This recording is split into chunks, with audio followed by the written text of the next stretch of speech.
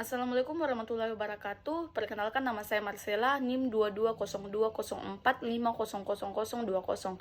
Terima kasih atas kesempatan yang diberikan kepada saya untuk memaparkan materi tentang sejarah teknologi listrik. Nah, sebelum masuk dalam materi, listrik sudah tidak asing lagi dalam kalangan masyarakat saat ini, di mana listrik dapat menggerakkan alat-alat elektronik seperti kulkas, mesin cuci, lampu, dan lain sebagainya.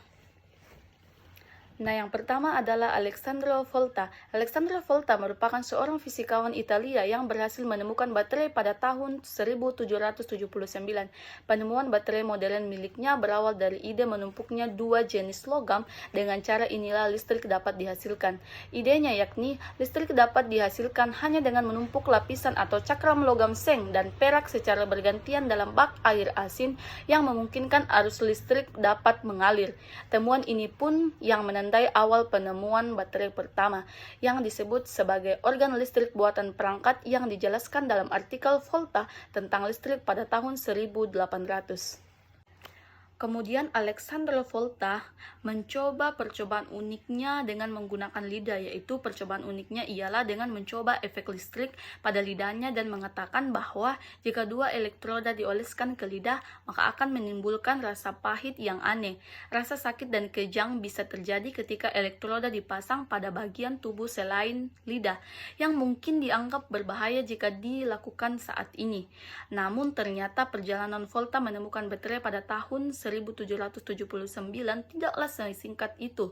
Dari berbagai eksperimen hingga akhirnya percobaan dua logam yang ditumpukkan dalam menghasilkan arus listrik. Terlihat bahwa dari dulu sampai sekarang, manusia tergantung pada listrik. Suatu produk tidak akan mungkin tanpa penemuan dan penelitian yang telaten, tekun, kreatif, dan tidak kenal lelah. Dengan meningkatkan kebutuhan mobilitas, pengembangan baterai yang memiliki kapasitas penyimpanan yang lebih besar mungkin masih dibutuhkan.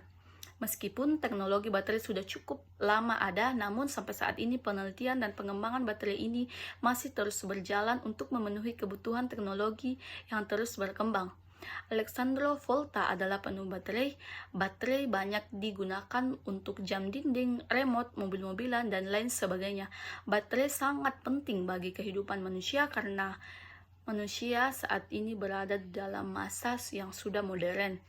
Beberapa contoh pengaruh penemuan baterai terhadap aspek kehidupan manusia seperti sosial, ekonomi, budaya, serta pendidikan.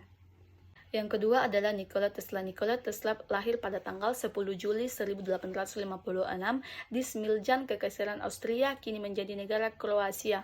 Dia merupakan seorang ilmuwan, fisikawan, teknisi mekanik, dan teknisi listrik yang menemukan konsep listrik bolak-balik yang menjadi cikal bakal sistem listrik modern.